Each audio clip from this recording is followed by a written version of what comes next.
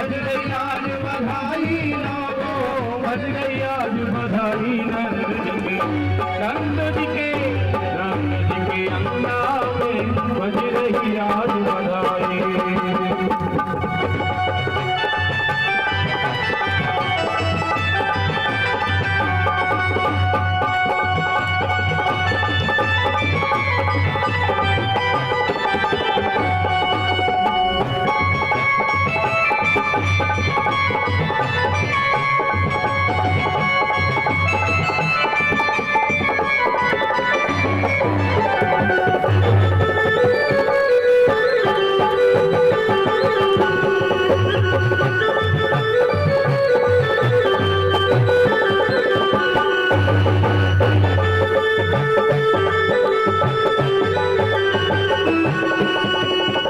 साल के बूढ़े देखो हो गए आज जवान, 60 साल के बूढ़े देखो हो गए आज जवान, 60 साल के बूढ़े देखो हो गए आज जवान, 60 साल के बूढ़े देखो हो गए आज जवान। नाचे कूदे धूम मचावे, नाचे कूदे धूम मचावे, नाचे कूदे धूम मचावे, नाचे कूदे धूम मचावे। मीठी बोले नंद जी के अंगना में बज रही आज बधाई, नंद जी के अंगना में बज रही आज बधाई। ओ 100 बार बधाई लोगों, 100 बार बधाई लोगों, 100 बार बधाई लोगों, 100 बार बधाई लोगों, 100 बार बधाई। उठाई दो हाथ, जय हो। सभी उठाए। सब उठाओ। ओ नंद जी के अंगना में बज रही आज बधाई, नंद जी के अंगना में बज रही आज बधाई, नंद जी के अंगना में बज रही आज बधाई। नंद जी के अंगना में बज रही आज बधाई, बोले कन्हैया लाल की। बज रही आज बधाई, नंद जी के अंगना में बज रही आज बधाई, बज रही आज बधाई, बज रही आज बधाई। बोलिए नंद के लाला की जय, जय श्री राधे। वो सब किया, आप सब भी करते हो ना। बच्चा जब रोता है तो किस प्रकार उतारते हो नजर? बत्ती लेकर, रुई की बत्ती में तेल भर के फिर उसे जलाते हैं, फिर चप्पल जूते मारते हैं उसमें, बोले नजर टपक रही है। रुई की बत्ती को भर देंगे तेल से, और तेल जब उसमें से टपकता है तो बोलते हैं नजर टपक रही है। इस बार एक काम करना, रुई की बाती में तेल मत डालना और तब उसे जलाना, फिर देखना थोड़ी बहुत टपक जाए तो। नजर होगी तो टपकेगी ना, अब तेल भरोगे तो तेल ही टपकेगा उसमें से। तो मैया ने, परंतु माँ का भाव होता है, सारे प्रयत्न करके देखती हैं किसी प्रकार मेरा पुत्र मेरी पुत्री चुप हो। मैया ने सारे प्रयत्न किए परंतु भगवान चुप ना हुए। अंत में रोहिणी आई, कहने लगी यशोदा, मुझे लगता है कुछ दिन पहले जो नंद उत्सव हुआ था ना, उसमें समस्त गोपियां आई थी। मुझे लगता है किसी गोपी ने हमारे लाला पर टोना टोटका कर दिया। टोना टोटका समझते हो क्या? जादू मंत्र, जादू कर दिया लाला पर। अरे काउसी ने मार दिया तोनारी मेरो मछियो श्याम सलोना, कौनसी ने मार दिया तोना, अरे मेरो मछियो श्याम सलोना, कौनसी ने मार दिया तोना, मेरो मछियो श्याम सलोना। मछलियो श्याम सलोना सखी रे, मछलियो श्याम सलोना, मछलियो श्याम सलोना सखी रे, मछलियो श्याम सलोना। कौनसी ने मार दिया तोना, मचलो श्याम सलोना मोर सिरे मार दियोरी सोना मेरो मचलो श्याम सलोना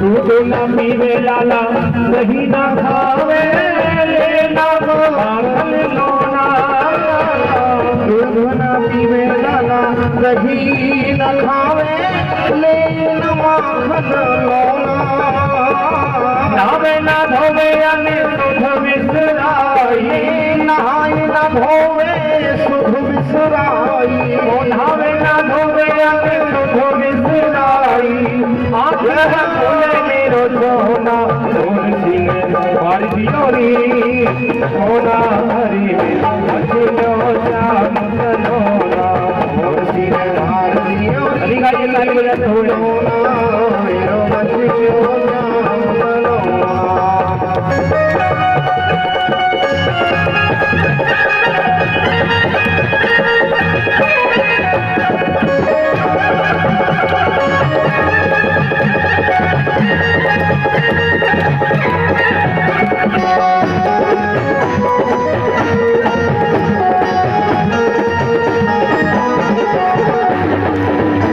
तेरो समुझायो श्याम सखियन संग न सोना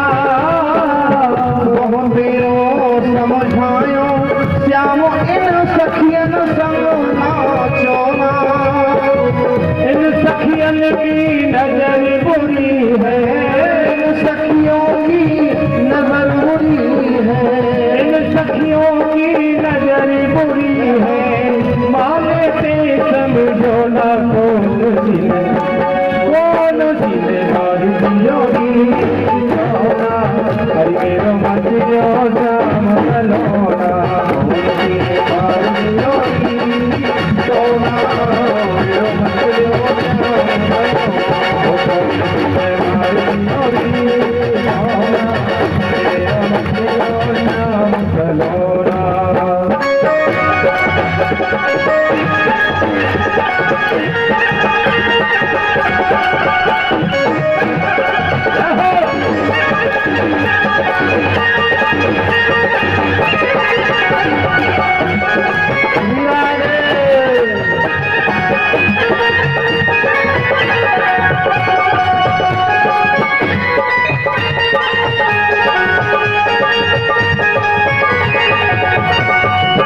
बोली ललिता और विशाखा मैया बात सुनो ना हे बोली ललिता और विशाखा यशोदा बात सुनो ना बोली ललिता और विशाखा यशोदा बात सुनो ना बोली ललिता और विशाखा यशोदा बात सुनो नाही लोन करो लाला पे नाही लोन करो लाला पे नाही लोन करो लाला पे कर दो कछु ढोना कौन सीने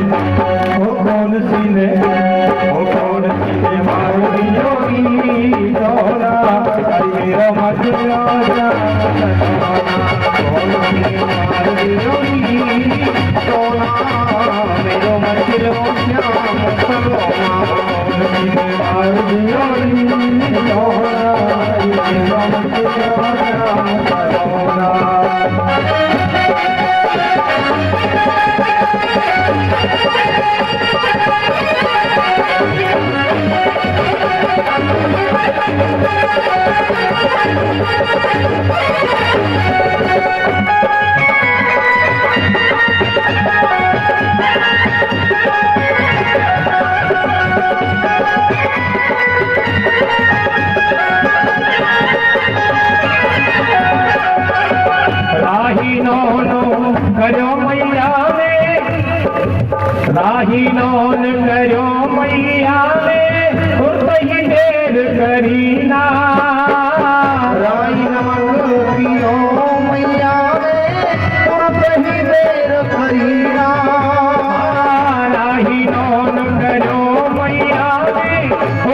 देर करीना मेरा खुल गए मनमोहन के मेरा खुल गए मनमोहन के मेरा खुल गए मनमोहन के लेके हंसे खिलौना उठाई दो ना ओ कोरसी ने मारी योरी कौना हरी वीरो बचलो नाम चलो कोरसी ने मारी योरी कौना हरी वीरो बचलो नाम चलो कौना हरी वीरो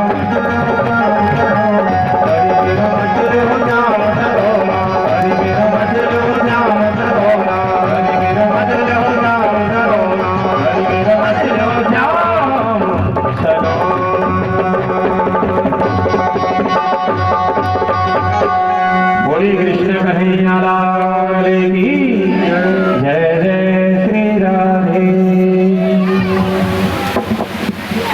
रोहिणी कहने लगी यशोदा मुझे लगता है कि जब नंद उत्सव मना था तो किसी गोपी ने टोना टोटका हमारे लाला के ऊपर कर दिया है। रोहिणी कहने लगी यशोदा उस पहाड़ी पर एक बहुत बड़े पहुंचे हुए साधु महात्मा आए हैं, क्यों ना हम हमारे लाला को लेकर उन पहुंचे हुए महात्मा के पास चले, वो जरूर हमारे लाला का इलाज करेंगे, वो जरूर हमारे लाला को सही कर देंगे। यशोदा कहने लगी ठीक है, और दोनों जनी लाला को लेकर पहाड़ी वाले बाबा पर जाने के लिए जैसे ही द्वार खोला तो सामने भगवान भूतनाथ खड़े हो गए। अब लाला की दृष्टि बाबा पर और बाबा की दृष्टि लाला पर। अब मैया कभी लाला को देखे तो कभी बाबा को देखे, कभी बाबा को देखे तो कभी लाला को देखे। मैया सोचने लगी कि अभी मेरा लाल इतना रो रहा था और एक क्षण में ऐसा क्या हुआ कि चुप हो गया। यशोदा समझने लगी, सोचने लगी कि हो सकता है ये कोई बहुत पहुंचे हुए महात्मा हैं जिन्हें मैंने मिलने से मना किया, दर्शनों से मना किया, इसलिए मेरा लाल रो रहा था। मैया समझ गई। भगवान भोलेनाथ ने भगवान के बाल रूप को प्रणाम किया, दर्शन किया, उनको निहारा, वहां से चलने लगे। माँ यशोदा ने कहा जय हो।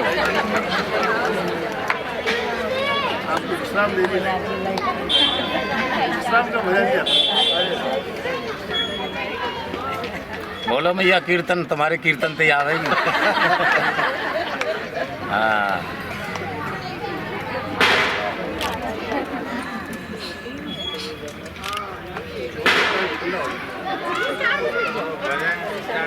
यहाँ सबसे ज्यादा जा रही है लाइट, और कहीं तो कहीं नहीं, चौथी ये आजकल की जा रही है नहीं। दुकान पे बंद की लाइट। बोल श्री वाक्य बिहारी लाल की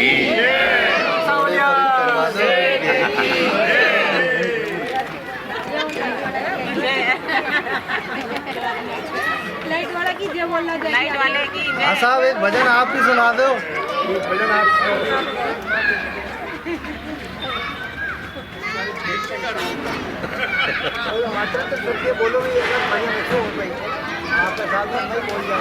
रिकॉर्ड कर रहे हो।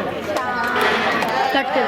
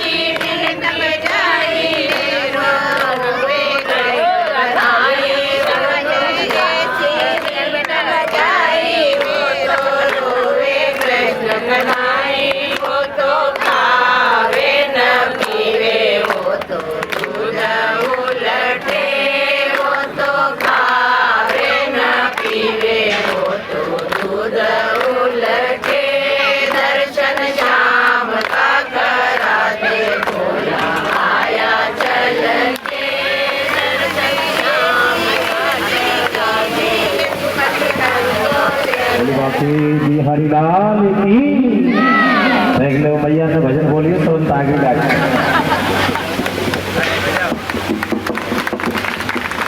बोलिए वृंदावन बिहारी लाल की जय। जय जय श्री राधे। एक बार प्रेम से बोलेंगे राधे राधे। हाथ उठे हैं आधे आधे। पीछे वाले ना उठाए। पीछे वालों ने एक ने भी नहीं उठाए। राधे राधे राधे राधे। आज तो लग रहा है भोजन पानी करके आए हो आप, कल नहीं किया था। तो भगवान भोलेनाथ ब्रजमंडल से जाने लगे। माँ यशोदा ने कहा प्रभु आज छठ उत्सव है लाला का, तो आप कृपया करके छठ उत्सव में भाग लीजिए, उसके बाद यहाँ से जाना। और भगवान भोलेनाथ को बहाना चाहिए ब्रजमंडल में रुकने का। भगवान भोलेनाथ रुके और छठ उत्सव का आनंद लिया।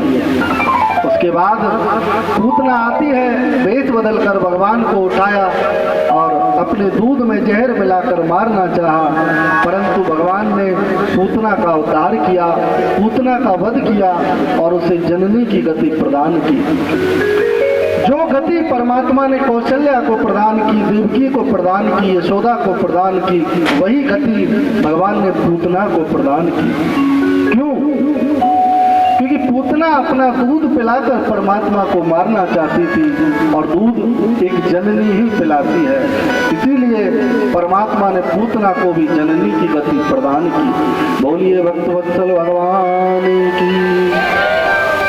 और कथा ऐसी भी आती है कि पूतना अपने पूर्व जन्म में दैत्यराज बलि की पुत्री थी, जिसने मन ही मन इच्छा जागृत की थी कि मेरा ऐसा पुत्र होता तो उसे दूध में जहर देकर मार देती। भगवान ने तब कहा तथास्तु। वही दैत्यराज बलि की पुत्री रत्नमाला द्वापर युग में पूतना बनी, जो भगवान को दूध में जहर मिलाकर मारना चाहती थी। इसीलिए परमात्मा ने पूतना को भी जननी की गति प्रदान की। बोलिए कन्हैया लाल की। उसके बाद 10वें दिन गर्गाचार्य जी महाराज आते हैं और नामकरण संस्कार हुआ। गर्गाचार्य जी महाराज कहने लगे यशोदा तेरा पुत्र तो आकर्षण है, कृष्णोति आकर्षण है। इतने आकर्षक हैं भगवान श्री कृष्ण, जो एक बार देख ले वो सम्मोहित हो जाए और उन्हीं का होकर रह जाए। भगवान श्री कृष्ण 16 कला पूर्ण है। कितनी कला? 16 है। और भगवान श्री राम कितने कला पूर्ण है? 12 कला पूर्ण। और इनसे ऊपर कोई और? श्री राधे जी कितने? 64 कला संपूर्ण। 12 कला पूर्ण भगवान श्री राम, 16 कला पूर्ण भगवान श्री कृष्ण और 64 कला संपूर्ण ब्रज की अधिष्ठात्री देवी सर्वेश्वरी श्री राधे जी सरकार। अद्भुत महिमा है बरसाना धाम की। आप ब्रजमंडल में जाओ, वृंदावन जाओ, बिहारी जी के दर्शन करो, परंतु यदि श्री लाडली जी सरकार के दर्शन नहीं किए समझो आपकी यात्रा अधूरी है। अद्भुत महिमा है। तो गर्गाचार्य जी महाराज ने नाम रखा कृष्ण और बड़े भाई का नाम रखा बलराम। उसके बाद भगवान श्री कृष्ण छोटे से थोड़े बड़े हुए तो तोतली भाषा में बोलने लगे। कहने लगे मोहन मैया मैया, कहने लगे मोहन, कहने लगे मोहन मैया मैया, कहने लगे मोहन मैया मैया। पितानंद सो बाबा बाबा, पितानंद सो बाबा रे बाबा, पितानंद सो बाबा बाबा, पितानंद सो बाबा रे बाबा। और हलधर सो भैया, लगे मोह मैया मैया कहने लगे मोहन मैया मैया। मैया बाबा भैया कितने प्यारे और रस भरे शब्द हैं। और आजकल माता जी से पहले कहते थे मम्मी। मम्मी मतलब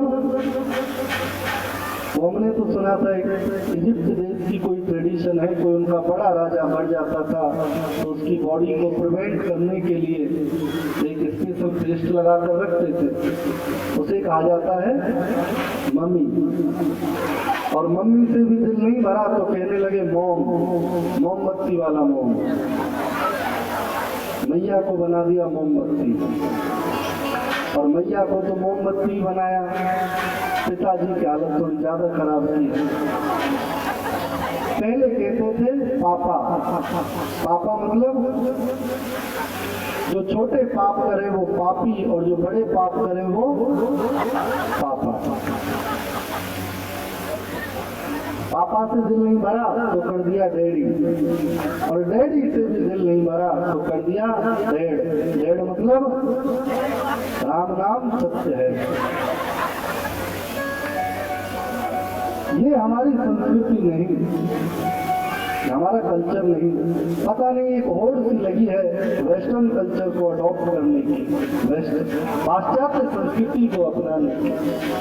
बच्चों को कैथोलिक स्कूल में भेजेंगे, सेंट पीटर सेंट जेवियर मतलब क्रिश्चियन स्कूलों में भेजेंगे, और इंग्लिश की पढ़ाई करो, इंग्लिश में ही आगे बढ़ो और नौकरी लग के विदेश चले जाओ।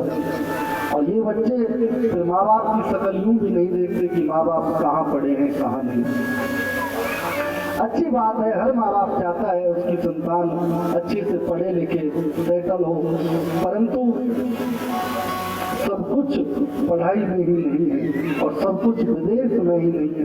यदि सब कुछ विदेश में मिल गया होता तो जाकर देखो आप वृंदावन, हजारों की संख्या में विदेशी लोग धोती कुर्ता पहने हुए, सर पर चोटी धारण किए हुए, माथे पर तिलक चंदन लगाकर हाथ में माला झूली और हरे राम राम राम हरे हरे, हरे कृष्ण कृष्ण कृष्ण हरे हरे।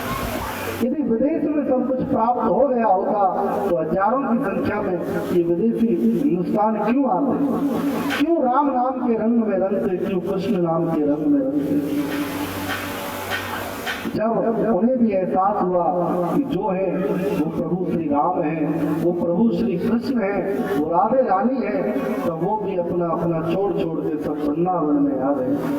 और हम वृंदावन को छोड़कर, इस पवित्र भूमि को छोड़कर, इस भारत देश को छोड़कर लगे हैं कि बस बाहर जाओ, विदेश जाओ। माँ बाप के एक दंपत्ति था, उसके 2 बेटे थे, दोनों को खूब पढ़ाया लिखाया और इंग्लिश स्कूल में पढ़ाया, बड़े हुए, अच्छी नौकरी लगी और विदेश में जाकर वो रहने लगे, दोनों बच्चे रहने लगे। माँ बाप हिंदुस्तान में रहते और दोनों बेटों का विवाह हो गया, वो विदेश में रहने लगे। कई साल हो गए, आए नहीं और उनकी माँ का देहांत हो गया, माँ की मृत्यु हो गई। पिता ने फोन किया छोटे बेटे को कि तुम्हारी माँ की मृत्यु हो गई है, जितना जल्दी हो सके अपने बड़े भाई को लेकर और घर आ जाओ, मैं अंतिम संस्कार तभी करूंगा जब आप आ जाओगे। एक दिन बाद वो छोटा बेटा पहुंचा तो पिताजी पूछने लगे तुम्हारा बड़ा भाई कहाँ है।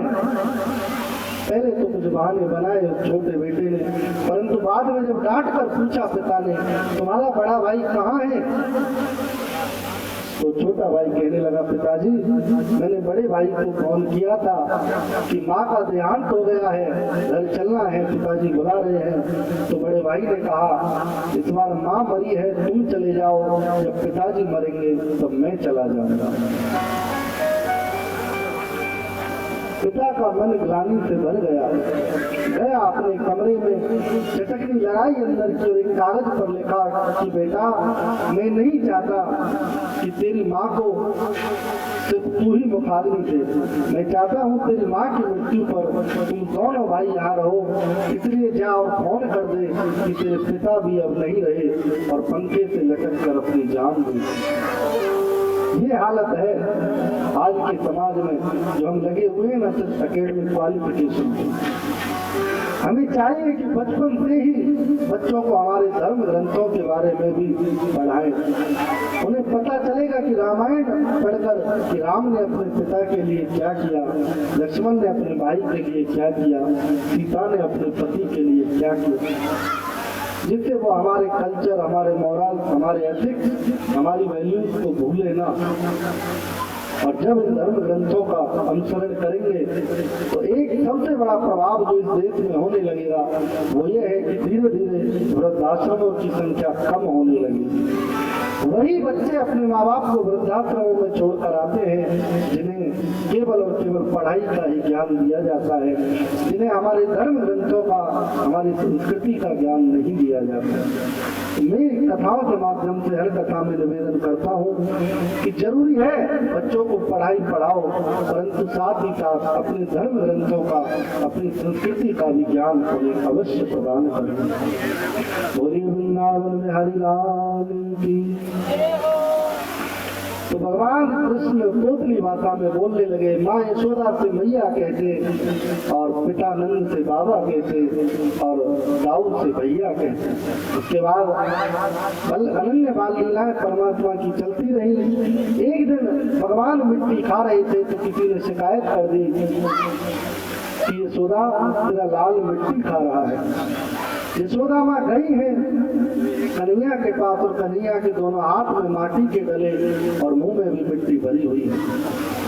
मैया को देखा तो दोनों हाथ पीछे छुपा लिए। मैया कहने लगी, लाला तूने माटी खाई? अब भगवान के मुख में तो मिट्टी का डला बोले कैसे? सर हिलाने लगे, नहीं भैया मैंने माटी नहीं खाई। अब यहाँ पर एक प्रश्न उठता है कि भगवान, मैया ने पूछा कि लाला तूने माटी खाई और भगवान ने मना किया, तो क्या भगवान श्री कृष्ण झूठ बोलते थे? नहीं। यदि माँ कहती कि लाला क्या तूने ब्रजरज खाई, तो भगवान कहते।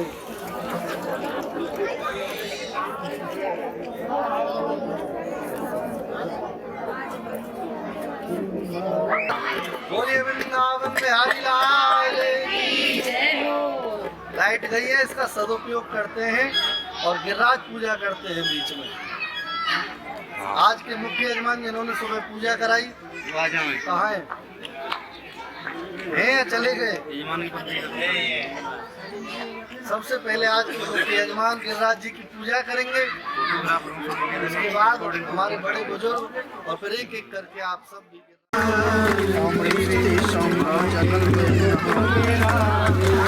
इसमें थोड़ा सा कुछ भी ले लो,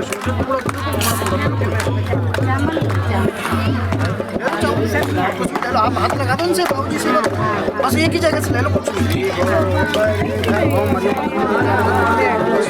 जो चढ़ाना वो चढ़ा दो।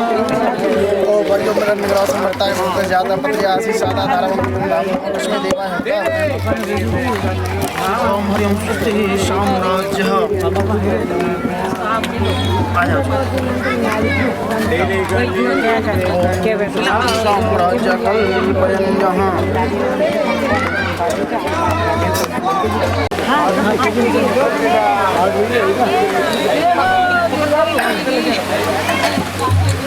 बलिराज धरण की, सात कोस वाड़े की, बाल कृष्ण भगवान की जय जय श्री राधे श्याम।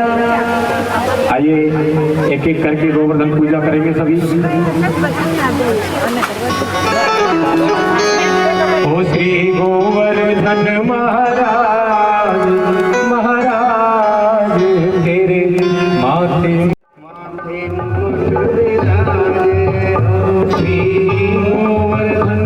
महाराज महाराज तेरे माथे मुकुट मेरा।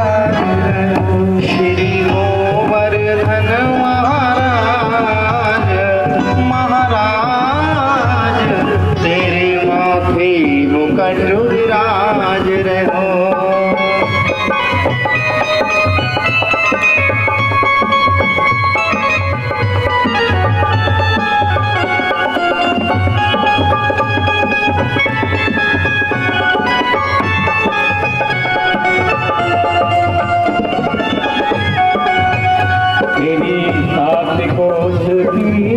परिक्रमा तेरी सात कोस की परिक्रमा तेरी सात कोस की परिक्रमा तेरी सात कोस की परिक्रमा तेरी सात कोस की परिक्रमा तेरी सात कोस की परिक्रमा यमे चक्रेश्वर विश्रा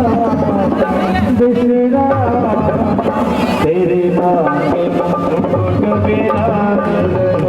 श्री गोवर्धन महाराज महाराज तेरे माथे मुकुट विराज तेरे गले में कंठा सोने को तेरे गले में कंठा सोने को तेरे गले में कंठा सोने को तेरे गले में कंठा सोने को वो तेरी झांकी बनी विशाल हो विशाल तेरे माथे मुकुट विराज रहो गोवर्धन महाराज महाराज तेरे माथे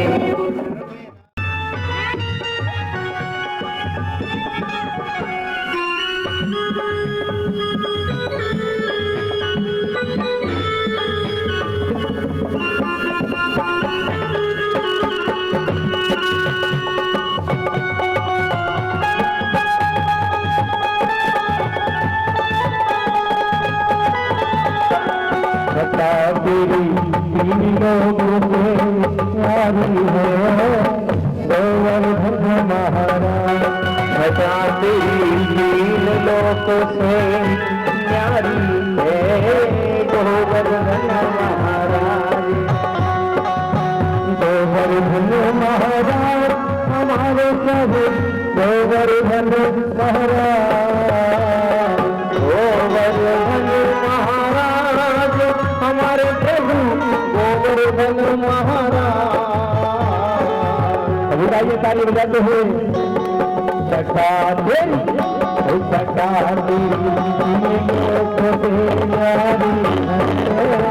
गोवर्धन महाराज सटा तेरी तीन लोकों से न्यारी है गोवर्धन महाराज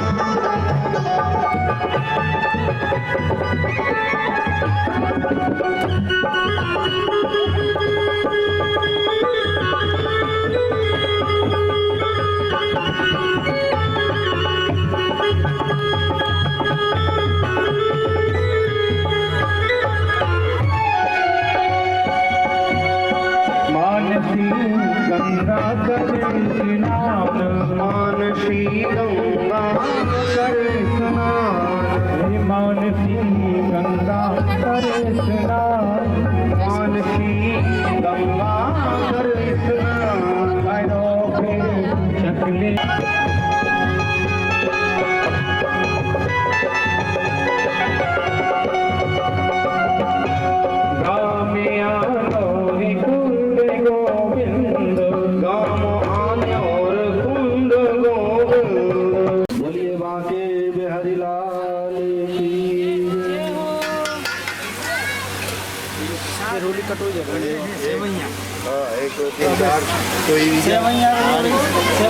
भगवान श्री कृष्ण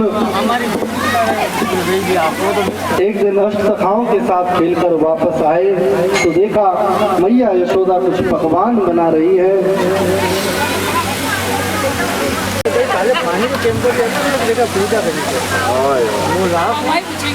एक बार जोर से बोलेंगे राधे राधे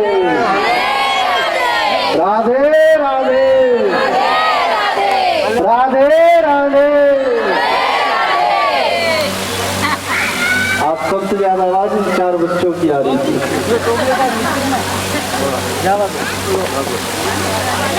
तो एक दिन भगवान श्री कृष्ण अष्टखाओं के साथ खेलकर वापस आए तो देखा मैया यशोदा कुछ पकवान बना रही है। भगवान पूछने लगे, माँ ये पकवान किसके लिए बनाए जा रहे हैं? मैया लोगों से श्रीमद् भागवत कथा आप सब लोगों के सहयोग से चल रही है। और दान के बारे में एक कहावत है, बड़ी सूक्ष्म सी कहावत है, चिड़ी चूंच भर ले गई, आपके राजस्थानी में कहते हैं। आनंद दिया अपने क्षेत्रवासियों को, जिसका मैं वर्णन नहीं कर सकता हूँ। मैं समस्त इस पांडाल के अंदर उपस्थित श्रोतागणों की तरफ से, समस्त हमारे भक्तजनों की तरफ से और इस गाजियाबाद के क्षेत्र के निवासियों की तरफ से बहुत बहुत आपका अभिनंदन करना चाहता हूँ, बहुत बहुत आपको धन्यवाद देना चाहता हूँ और आपसे निवेदन करना चाहता हूँ कि आपने इस गाजियाबाद के अंदर, इस पार्क के अंदर मेरे को जहाँ तक ज्ञात हुआ कि पहली बार यहाँ भागवत कथा का आयोजन हुआ था और भागवत कथा को इस ब्राह्मण के ऊपर ये जिसकी कण कण के अंदर ये भगवान के धूल के अंदर भगवान का निवास कर रहा है। आपने अपने वस्तु के द्वारा एक बात आपको समस्त महिलाओं को कही थी। अब 5 दिवसीय पहले इस कार्यक्रम में सुना था कि आप सभी महिलाएं हैं, क्षेत्र नार्यस्त्री पूजन से रमन्ते तत्र देवता, जहाँ नारियों की पूजा होती है वहाँ देवता का निवास होता है। और इस कथा के अंदर जो दिन प्रतिदिन दूसरे से तीसरे चौथे पांचवा छठे दिन प्रतिदिन महिलाओं की संख्या उतर बढ़ती हुई है। इसके साथ ही मेरे भाइयों के जातों उनकी भी वृद्धि हुई है। आपसे विनम्र सर्वत्र निवेदन है कि कल भागवत कथा का लास्ट दिन है। प्रत्येक जो महिलाएं यहाँ उपस्थित है उनसे मैं भगवत भक्ति को नमन और प्रणाम करके कहना चाहता हूँ। आप अपने साथ एक श्रोता को और लावे और इसके साथ में पुरुषों से निवेदन करना चाहता हूँ वो भी अपने साथ में एक श्रोता को और लावे और कल इसका लास्ट आपके आनंद है भगवत कथा का। और भगवान स्वामी जी के सानिध्य में स्वामी जी के मुखार बिंदु से भगवत कथा का आनंद लीजिए। वो जय श्री कृष्ण भगवान की जय, राधे बिहारी की जय। उन्हें माननीय व्यास जी के ऊपर विराजमान माननीय देवकीनंद जी महाराज को उनकी को साष्टांग दंडवत प्रणाम कर रहा हूँ। जय श्री कृष्ण।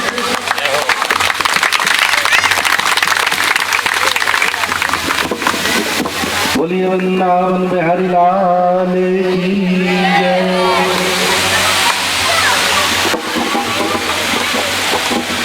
तो भगवान श्री कृष्ण मैया यशोदा और समस्त ब्रजवासियों को लेकर गोवर्धन जाते हैं। वहाँ पर एक रूप में पूजत है, दूजे रहे पूजा। कहने लगे क्या हुआ?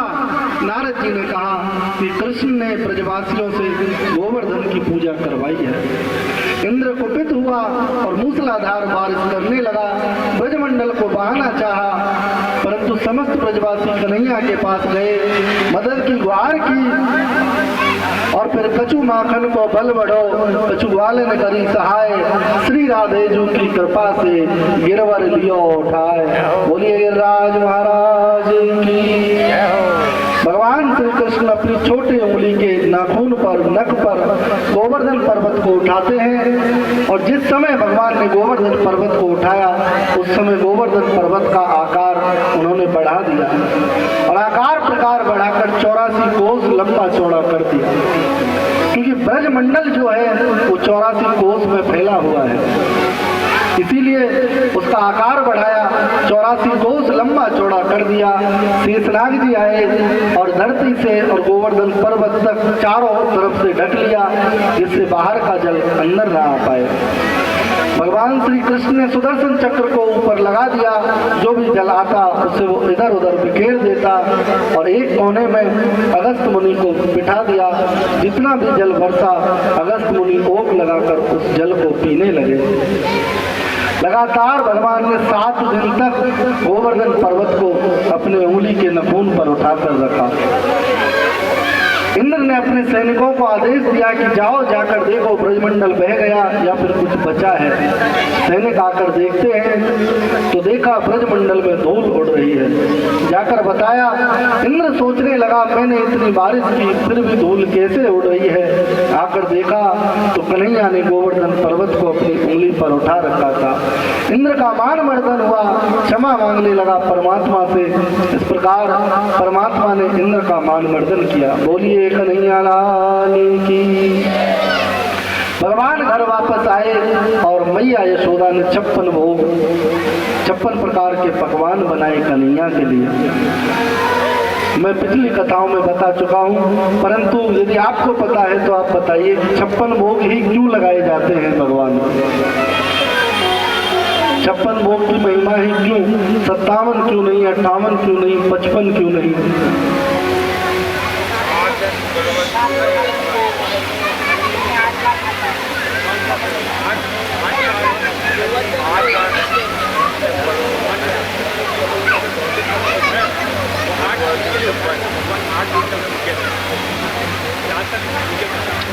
सात दिन तक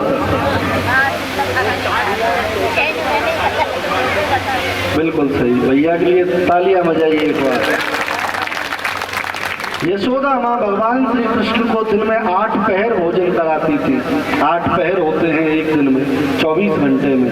भगवान ने लगातार 7 दिनों तक गोवर्धन पर्वत को उठाकर रखा, तो जब 8वें दिन वापस आए तो 8 पहर और 7 दिन का भोजन एक साथ बनाया। इस प्रकार ये 8 और 7 का बैठता है 56, इसलिए भगवान को 56 भोग लगाए जाते हैं। बोलिए कन्हैया लाल की।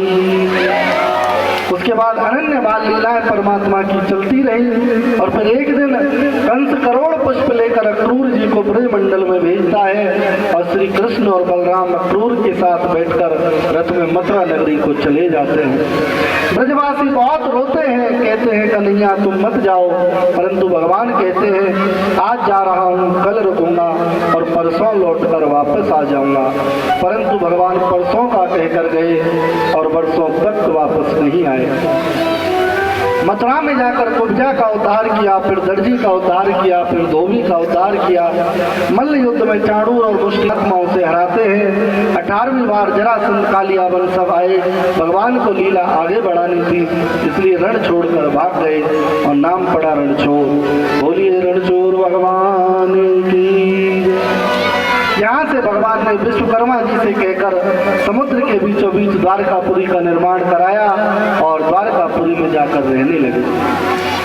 कथा के आज समय अभाव के कारण कुछ कथा यहाँ पर रह गई है, जिसमें ब्रज विरह वर्णन और उद्धव गोपी संवाद और भगवान की कुछ लीलाएं हैं। अपने घर से थोड़ी थोड़ी हवन सामग्री लेकर आनी है और इसके अलावा कुछ नहीं। आइए रुक्मिणी कृष्ण मंगल प्रसंग की ओर चलते हैं। विदर्भ प्रदेश में कुंडनपुर नामक नगर, जिसके राजा भीष्म, उनकी एक पुत्री है रुक्मिणी और एक पुत्र है रुक्मी। रुक्मी अपनी बहन रुक्मिणी का विवाह अपने मित्र शिशुपाल से कराना चाहता है, परंतु रुक्मिणी भगवान श्री कृष्ण को अनन्य प्रेम करती है और एक पत्र लेकर ब्राह्मण के हाथ भेजा भगवान श्री कृष्ण के पास कि कल मैं कात्यायनी देवी के मंदिर जाऊंगी पूजन के लिए, आप कृपया करके मेरा हरण करें और मुझसे विवाह करें। यदि आपने ऐसा नहीं किया तो मैं मेरे प्राणों को त्याग दूंगी।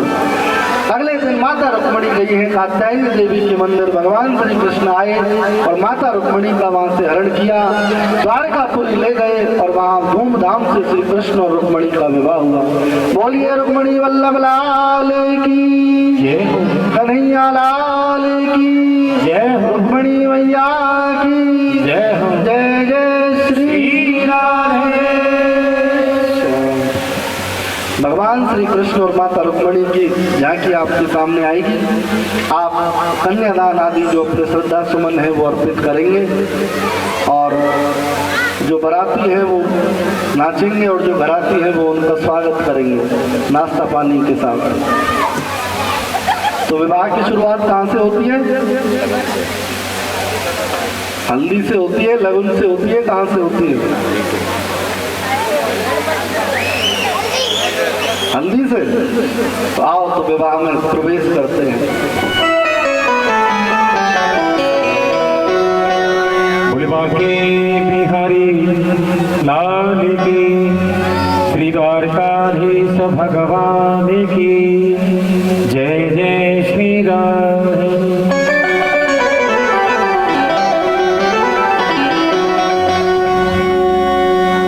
ओ मुझे चूड़ियां पहना दो, मुझे घुंघरू पहना दो। रुक्मिणी कृष्ण भगवान की। ठाकुर जी बड़ी जल्दी है भैया शादी की। अभी ठाकुर जी रुक्मिणी का हाथ पकड़ के भगा के ले जाएंगे इधर से एक परिक्रमा करेंगे। इधर से ले जाएंगे और उधर से लाएंगे। अर्जुन सेनापति ने हटाओ ने कहा अरे ले गयो रे रुक्मिणी को कन्हैया ले गयो रे